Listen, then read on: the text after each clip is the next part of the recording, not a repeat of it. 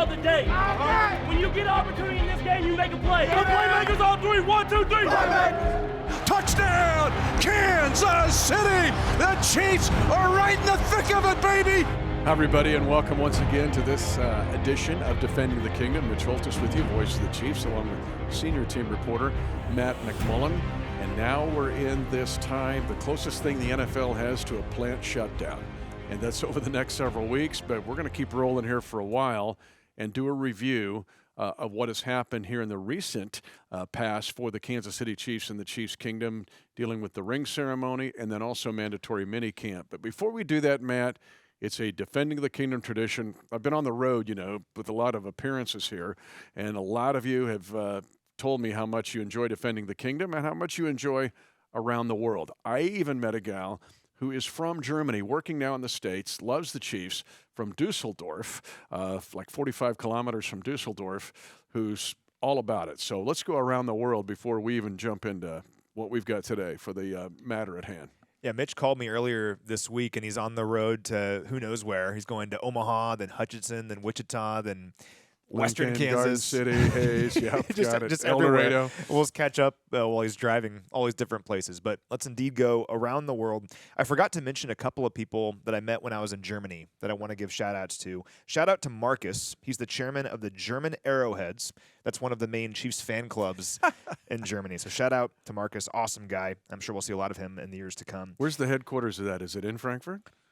That's a good question. It might be Munich. I'm sure he told me. We'll have to ask him. But you'll meet Marcus, I'm sure, at some point. So we'll find out then and there. Also, shout out to Charles at Ramstein Air Force Base. So if you watched our episode a few weeks ago that I talked about our trip, I was at the BX, which is like a shopping center, essentially, on base at Ramstein, and our cheerleaders in Dante Hall were signing autographs for hundreds of servicemen and women that were coming through there. Well, Charles came over to me with a Chiefs helmet, and he was like, I'm a Kingdom defender. I love listening to the podcast, and I love listening to you and Mitch. So shout out to you, Charles. Thank you for defending the Kingdom over there at Ramstein Air Force Base. We also have Alan from Queensland, Australia. We have a listener in Suriname, South America. Pretty cool. Hitting all the continents here. We have Derek. He was born in Springfield, Massachusetts, but was raised in Flatbush, Brooklyn. So he said the Kingdom is represented in both places. And then lastly, a shout out to Eric and Brittany from Springfield, Missouri, a.k.a. the Mecca of the Chiefs Kingdom outside of Kansas City, because we always have listeners from Springfield. Eric, yeah, right. Eric and Brittany drove up here a few weeks ago for our production day. We let a few lucky fans come watch a behind-the-scenes look at production day, which is where we get all of our media materials for the entire season with all the players. And Eric and Brittany were like, hey, by the way, we love Defending the Kingdom. So shout out to Eric and Brittany. You mentioned Brooklyn. I was in Brooklyn not that long ago and saw Chiefs stuff, right? And you're going Chiefs, and they're like, Chiefs. It was in the Dumbo area of Brooklyn, which is like Dumbo flying elephants. No, it's down under the Manhattan Bridge, underpass, like overpass, whatever. Anyway, so cool Chiefs fans, acronyms, love them. Hey, Chiefs fans in Brooklyn, you're right there. Love you. We're coming your way, by the way, because we'll be playing the Jets this year in Gotham. So awesome there. All right, this episode is going to deal with two things. One is the ring ceremony, and then we're really going to spend most of the time on what you and I saw throughout OTAs. And Defending the Kingdom here in the off-season here is a little bit like watching Ted Lasso episodes. There's kind of a prerequisite here. It's almost like going back and watching the last 2 or 3 Defending the Kingdoms for this one, particularly as it relates to the OTAs and mandatory minicamp. But basically our observation is a compilation of what we've seen over the last 5 to 6 weeks with this team getting ready for 2023. But before we do that, the ring ceremony was phenomenal. It was a night, it felt like a fairy tale. It was so incredible. It was like a dream for a little kid growing up in the Chiefs Kingdom to experience it. Like you didn't want the night to end. But to me, it started with the Hunt family. And the tribute to Norma Hunt, who we lost just recently, was so well done by our 65 TPT crew. But then to see how much the Hunt family put into that night, how much they put in not only to the Super Bowl 57 rings, but how special the Hunt family made that night to make it unforgettable. Yeah, I'll preface with this, that we are living charmed lives, that we can compare our Super Bowl victories to one another. Of course, winning Super Bowl 57 and Super Bowl 54. Super Bowl 54 was won right on the precipice of the pandemic. So what many people might not realize is we didn't have any of that kind of stuff that we just enjoyed for 57 right after Super Bowl 54 because of COVID. We couldn't do anything. Our ring ceremony as employees was like a drive-through event because that's the only thing that we could do. And I mean, we were just happy to get rings at all, which again, the Hunt family is so incredible that they take care of not just the players and the front office staff, but also the entire business staff, and so many game day workers even get rings. Not every team does that, and we're so fortunate to work for such an amazing organization that is owned by such an amazing family that takes care of us and knows that we're a part of it. But with all of that in mind, to have a chance to really, truly have a party and to celebrate and to be with the players and our fellow business staffers for Super Bowl 57 and to celebrate it the right way, for those of us that have been here for both of them, it kind of felt like we were celebrating both of them, right? And that was pretty cool. Yeah, that's well put. And then it was fun. We had some fun on the red carpet. Glenn Conley's helping produce this episode. You know, he and I were together on the red carpet interviewing guys, and you were doing the same. But the joy, seeing the joy of those guys pull up and then walk out on that red carpet, and not just the stars that you know, but the guys who are part of this Super Bowl championship, guys like DiCaprio Bootle and just but having the night of their life and being treated like a king or a queen because of how the Hunt family approached this evening. It was just truly remarkable and so well done. And for them to share it with their families. Yeah, I mean, it was great. The players give everything they have to do this, and their families don't see them a lot during the season, and especially an off season like this where there's been so much going on, there really hasn't been a moment to breathe. I mean, teams that didn't make the playoffs had 2 extra months off when compared to our guys. And yeah, that's a great problem to have, but for them to be able to bring their families along to this amazing event and for them to experience it and to be a part of it was once again really cool. You know, Trey Smith brought his dad. Yeah. It was so cool. And I've learned to appreciate Trey's family so much and his father. But it was well into the night, right? And everybody's already got their rings. And I saw Trey, and I go, "Where's your dad?" Oh, he's out there he's hanging with Flo Rida. You know, he's out there on the dance floor somewhere. So it's when you mentioned it was a family event for many of the players and for the coaches who spend so much time and so much sacrifice to help the Chiefs Kingdom win. It was great to see just all that be rewarded in one special evening. But if you're a Chiefs fan and you're concerned about, oh, well, they're hanging on to the 2022 season, they're hanging on to Super Bowl 57, let Matt and I put you at rest right now. Because this team, and I've mentioned the 3 H's here. If you grow up in rural areas, they talk about 4-H. You could be involved in 4-H. Let me give you 3 H's. That is humble, hungry, and hopeful. And this team going into 2023 of what you and I saw over basically a 6-week period of the OTAs and the mandatory minicamp is a 2023 football team that is acting like they've never won a Super Bowl before. So if you think that this team is resting on its laurels, think again. I know how tough the AFC is. Everybody's all in. You start to rank the quarterbacks in the NFL, most of them, of those top 7 or 8 or 9 or 10, are in the AFC. Matt and I get all that. But, Matt, we saw a lot of work already done to get ready for training camp. This 2023 Chiefs team, excited about receiving rings, but there is no satisfaction or resting on their laurels. Which is pretty amazing. Now, keep in mind that a lot of the players that were on the Super Bowl 57 team were not on the Super Bowl 54 team. The vast majority of them were not on it. So a lot of these guys are hungry to win another one because they just got their first championship. Or it's a matter of bringing rookies in or young players or players from other teams who have never won a Super Bowl, and they saw how awesome that was, and they're like, hey, I want to win mine. And you couple that with the fact that Patrick Mahomes and Travis Kelce are the 2 most competitive people on planet Earth and are never going to be complacent with 2 championships. And I actually have a quote I wanted to read you. This is something that Patrick said a few days ago that really stood out to me, and I think really epitomizes him as a competitor. So he was asked about how he doesn't burn out. How do you keep motivated? Why are you still so hungry after being so successful early on in your career? Here's what he said. For me, it's about maximizing the moment. I know that I'm not always going to have this team. I never have regrets about when I play my best and we lose, but I don't ever want to have the regret of not giving my best every single day and looking back and saying, hey, we had the team and I didn't do what I needed to do in order to put us in the right position. It's not always about winning the Super Bowl. It's about leaving everything out there every single day to give yourself the best chance. I think about fans, and we're just fans at the end of the day, and media members, and they'll often ask players when they don't win the championship, was the season a failure? And I think Patrick Mahomes, if presented with that question, would answer with this, that as long as he goes out there and gives it everything he has, he can live with that. And I really respect that. And that's why a guy like Patrick, who has achieved so much already in his young career, he knows that every single time he goes out there, he has to give his all. And when he looks back on his career, I think he's going to have a whole bunch more Super Bowl titles. But I think the thing he'll be most proud of is that every single season, he gave it all that he had and always gave his team a chance to win. And that's the beauty of this team. And he does it because he wants to do it for the rest of his teammates. Let me put this in perspective. So Patrick Mahomes last year, just to review, was the 5th quarterback in the last 40 seasons to have 40-plus touchdowns. All those, the 4 previous before Patrick, were all in the MVPs of that season. All 4 of those went to the Super Bowl and lost. So Patrick, all-time record in total offensive yards, breaking Drew Brees' record, which Patrick did in 2022, 41 touchdown passes, but wins the Super Bowl. First human ever to do that in the history of the National Football League.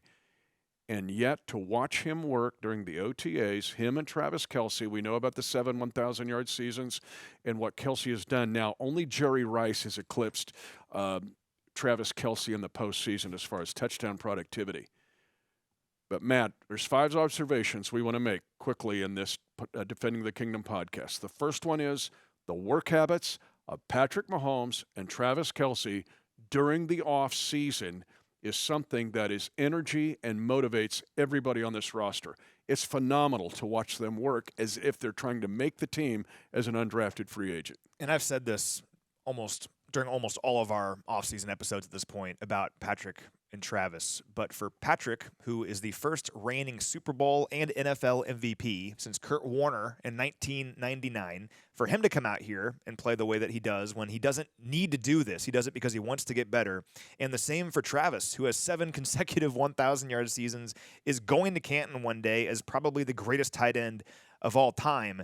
You have those 2 guys out here working like they're trying to make the squad. If you are any other player on this roster, you see that and you say, I have to work as hard as those guys. Because if those guys who would be in the Hall of Fame today, if they retired, if they're working this hard in May and in June, I need to work that hard. And that culture permeates throughout the entire roster.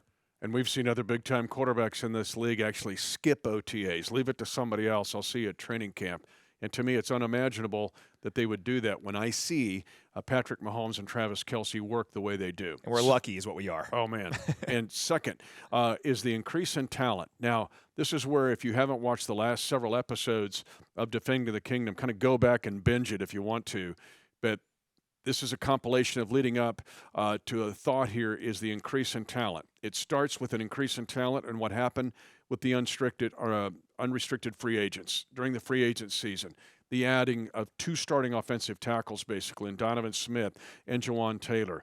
Blaine Gabbert impressed me during the OTAs. I mean, this guy is a talented cat who's now the backup quarterback. You had a Richie James at wide receiver. We're excited about the addition of Drew Tranquill at linebacker, but those unrestricted free agents, the pro free agents who have been veteran free agents somewhere else, I think has elevated the overall talent of this team, and we're going now down the line. But that group, to me, was impressive this offseason. The Chiefs have been really good in the Brett Veach era of not getting too absorbed in big money free agency, but when they find the right guy, they'll give them a large contract. And otherwise, they supplement the roster with really good, solid players who they don't have to throw a gigantic amount of capital at, but the right amount, and they can bring these guys in, and they all make up the whole. And a lot of the guys you mentioned really fall into that category. But also Mike Edwards on defense, safety from Tampa Bay. He's been injured through much of OTAs, but he's a player that will be in the mix in this defensive back room. Deion Bush from a couple years ago is a guy that comes to mind. Not a big-name free agent by any means, but becomes a 4-core special teamer. And if you go back and watch the game the Chiefs beat the Chargers, in L.A., that interception at the very end of the game, Deion Bush was the one that deflected that pass that landed in Nick Bolton's arms. And Charles Omenihu is a player I'm very excited about along the Chiefs' defensive line. He was second on the 49ers in pressures last season behind only Nick Bosa, and he's a versatile defender. You can play him outside as an edge rusher, but also inside as a major mismatch against guards because of his length and power. So what the Chiefs have been so good at is merging all the different ways you can acquire players. And we'll talk about the other ways, but first-round picks, late-round draft picks, UDFAs, and free agents who maybe aren't going to break the bank. They combine all of that, I really think, better than any other team. And what do you do with the draft class as good as the 2022 class? Well, you bring in some dudes in the 23 class. Now, Felix Anudike-Uzomah, who was injured in the last play of the Sugar Bowl against Alabama, was a little bit slow because he's recovering from some surgery in the offseason. But Rashee Rice getting up to speed at wide receiver. Chamari Connor, you could see how Wanye Morris, who was working all over the place, left tackle, right tackle, guard. You could see kind of the long-term thoughts for him.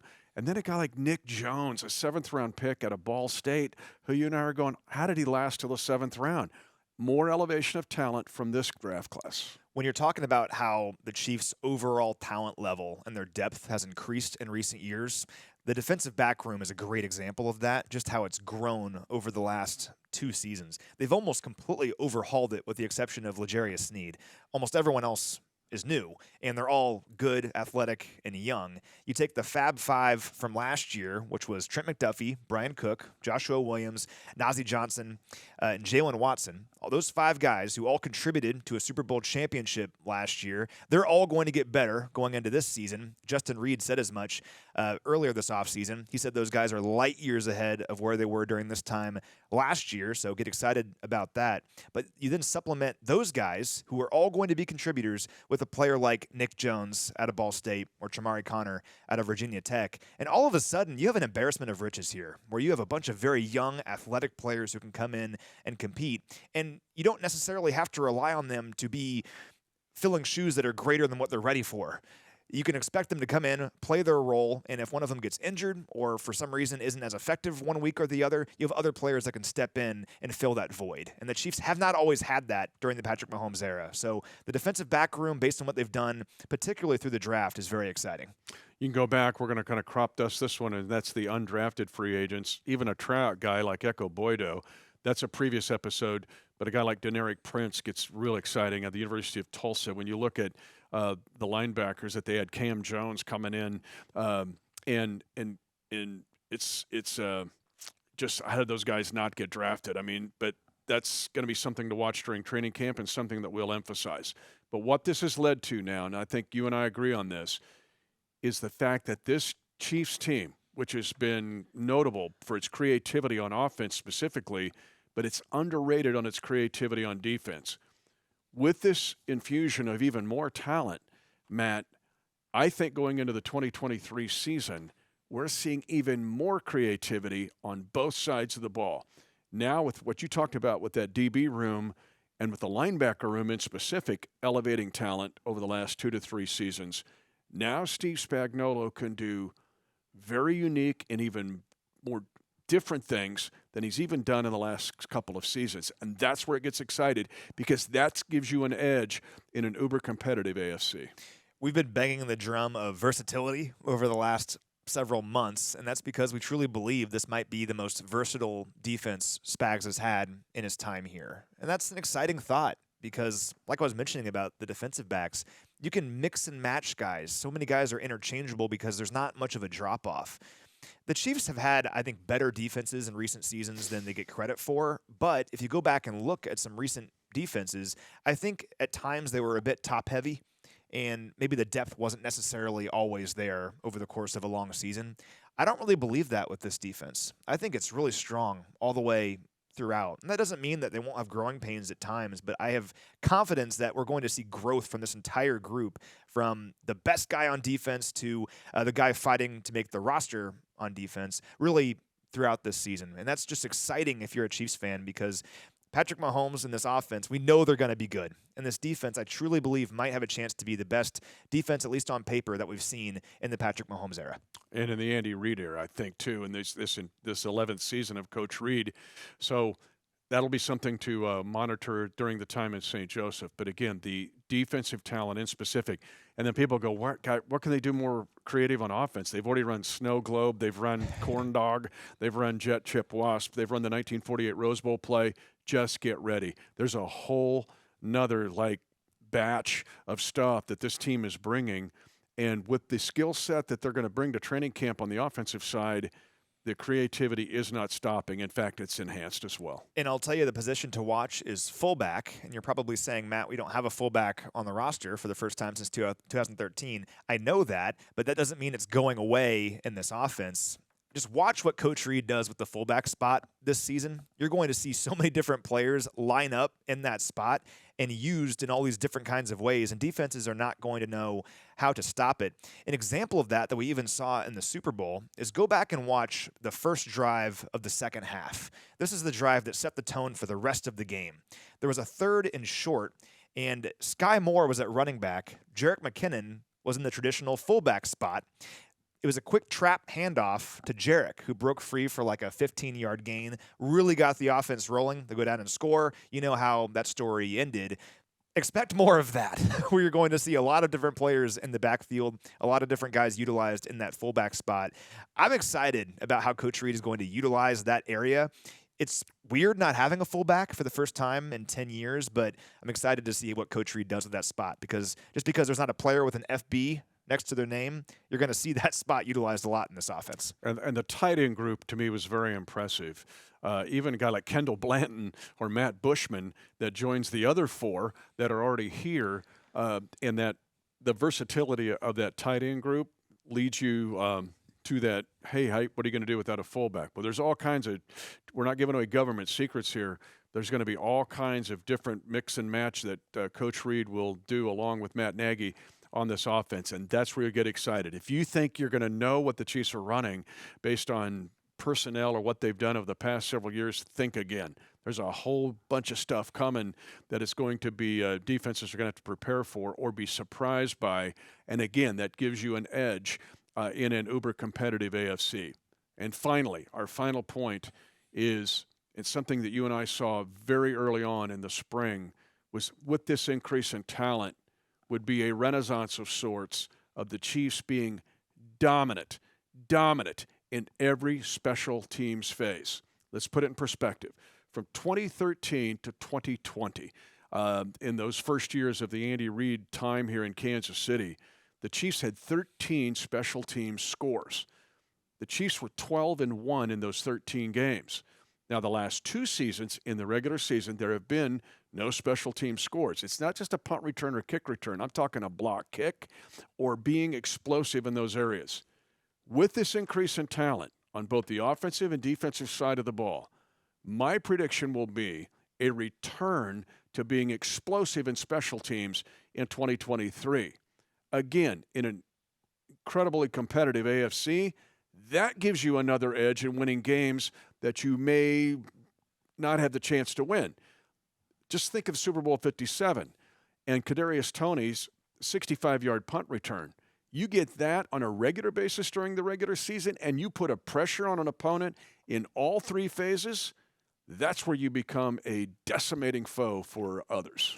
The saga of the Chiefs special teams unit last year is so fascinating to look back on, because we all know there were struggles at times, uncharacteristic struggles during the season for the Chiefs special teams unit. And as you said, they grew from that. And without the Chiefs special teams, they don't win the AFC. The Chiefs special teams unit helped win that AFC title game against the Bengals and helped win the Super Bowl. So it was an amazing story. And it's not just the guys we all know about, like Harrison Butker and Tommy Townsend, James Winchester. It's the guys on the blocking units. It's the guys in coverage. A lot of players were new to that system last year. And for the guys returning, they have a year under their belt now. So I expect the special teams to be better, even if because of that. Because guys like Najee Johnson, who I think has a chance to be one of the best special teamers in the NFL this year, has a full year under his belt. A guy like Jack Cochran has a year under his belt in the special teams unit. So that helps. But also drafting players like Chamari Connor and B.J. Thompson and Nick Jones, who when you saw them drafted for the Chiefs during draft weekend, you probably say to yourself, well, I don't think they're starters right away. Well, think again, because they could end up starting on special teams, and that's important. Shamari Connor was an excellent special teamer during his time at Virginia Tech. Just go back and watch him as a coverage player. Excellent, excellent special teams player. We're adding him to this unit, and guys like Nick Jones and B.J. Thompson, who B.J. Thompson could be like a Tano Passanio kind of player on field goal blocks. He's so long and athletic and has big, long arms where he can swat a kick out of the sky. So those guys are coming into a group that already has a year of experience under their belt. I definitely expect this group to be better. And you mentioned Deneric Prince earlier. I think he has a great shot to be our kickoff return man this year. He's got to earn that, but that group could be very good as well. Again, if you're an opponent and you're playing the Chiefs, they're so hard to prepare to play when you look at the volume of offense that the Chiefs present. If you're looking at a defensive group that could be Spags' best and deepest and most creative, and then a special teams unit that does not let you rest in the way they cover, in the way they return, in the way they kick, all of a sudden now you just put pressure on an opponent in every phase. And that's the way you try to repeat and become a Super Bowl champion in Super Bowl 58 against an AFC that's just loaded and ready to take you out. And there's players that maybe won't make the roster right away as undrafted free agents, but could make the practice squad and could be elevated at some point. And I feel really good about the crop of players we have kind of in that realm. A player like Cam Jones, a linebacker from Indiana, really good player who would have been drafted if he didn't hurt his foot early in the season. Isaiah Moore, another linebacker from NC State, and Isaiah Norman, a DB from Marshall. Just players that have stood out and would really fit that mold as a really good coverage special teamer. And maybe they don't make the roster in late August, but if they're on that practice squad and you need them for a game in Week 10, you can rely on these guys to make plays. So I just feel really good about the talent throughout this entire roster. You always want to say that every summer, but I really truly believe it. And you don't typically have a Super Bowl champion who has money invested in their quarterback and in other players that are able to say that because they're normally going all in. Well, the Chiefs have done a great job of managing this window where they can supplement their roster with not just great players, but also a whole bunch of really solid, good players who can come in and play a role. It was a night we'll never forget. It's a ring that in many ways is the most spectacular ring in National Football League history. We should have worn it today. Should have. Yeah. But know this, Chiefs Kingdom, this is a team that is never satisfied. 10, 5, touchdown! Lock it down! And the celebration begins at Arrowhead.